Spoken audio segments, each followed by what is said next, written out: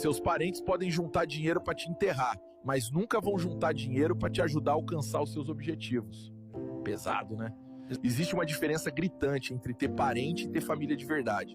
Parente aparece no velório, família aparece quando você tá caindo, mas ainda respirando.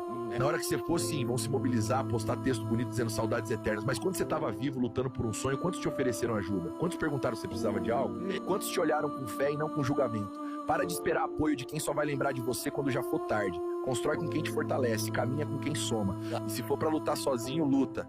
Mas não desiste só porque a ajuda não veio de onde você esperava.